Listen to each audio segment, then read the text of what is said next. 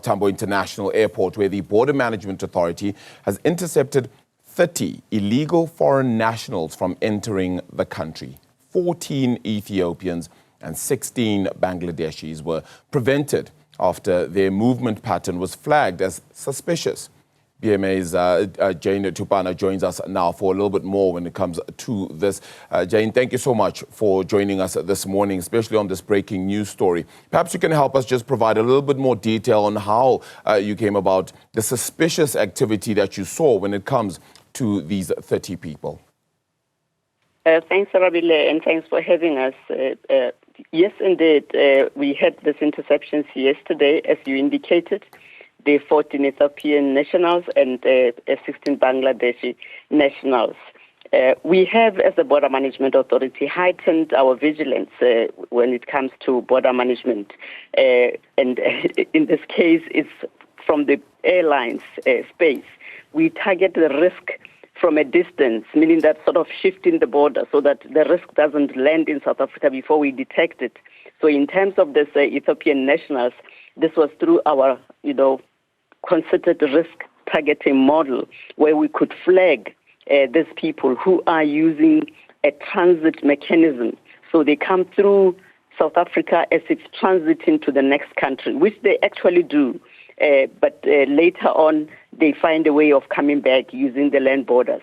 So this was intercepted at that point at OR Tambo. But when it comes to this Bangladeshi, the 16 male Bangladeshi people, they just carried fraudulent visas.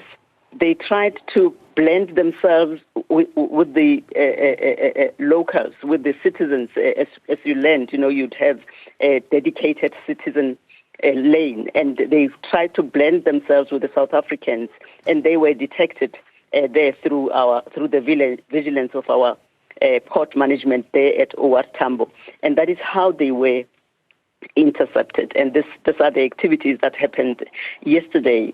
And of course, Arabile, what will happen is they are now to be deported, but the airlines that ferry people in this manner are also fined in terms of the Immigration Act. So there are those fines and penalties that will be levied. It's 15,000 per individual who was ferried in this particular manner, and those are the penalties that will be levied against the airlines who facilitated this.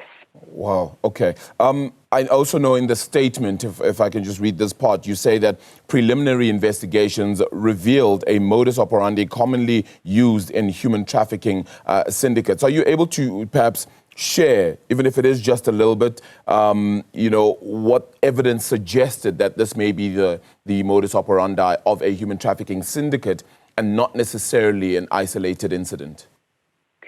Yes, Arabile, unfortunately, we are not able to decisively tell on that particular part. The further investigations that are happening will assist. We work with other law enforcement agencies in this case on matters of this nature. Once intercepted, we do our own investigations. We do our own interrogation of these people, but we involve our partners in the SAPS, Interpol, and all the relevant agencies to take it further so that further investigations will be able to isolate and see if indeed these are people who are just adults who voluntarily were, traveling into South Africa illegally, or whether they were being facilitated by some people. Further investigations will be able to detect. Okay, so no confirmation officially whether this is indeed human trafficking or perhaps something else of the sort.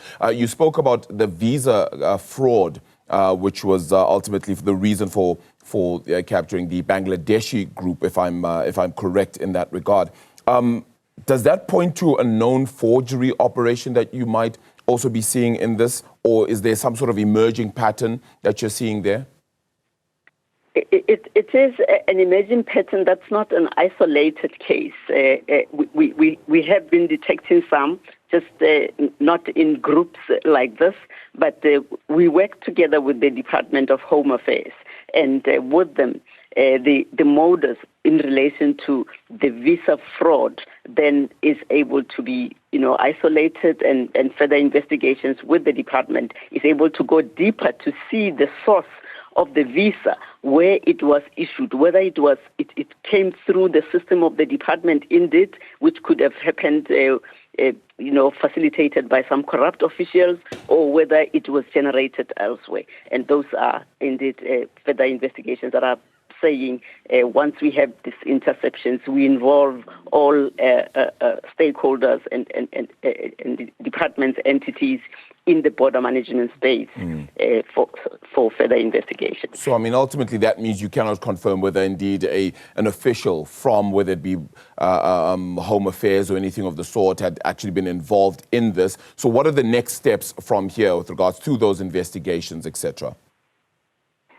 As I indicated, Arabile, with regard to the individuals, they will be deported back to their countries of origin, and within the country, investigations will continue by subs in relation to the trafficking and subs and other related structures in relation to whether this has got linkages to syndicates that facilitate human trafficking.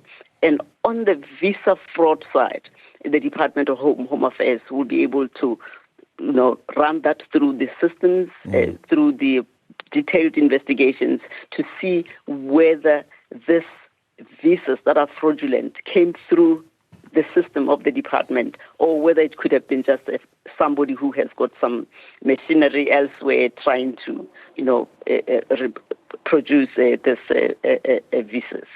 All right. Does this incident sort of reflect maybe a broader, maybe increase in, we can't obviously confirm whether it's trafficking or not, but attempts of this, visa fraud, etc., at OR Tambo and any other airports in the country?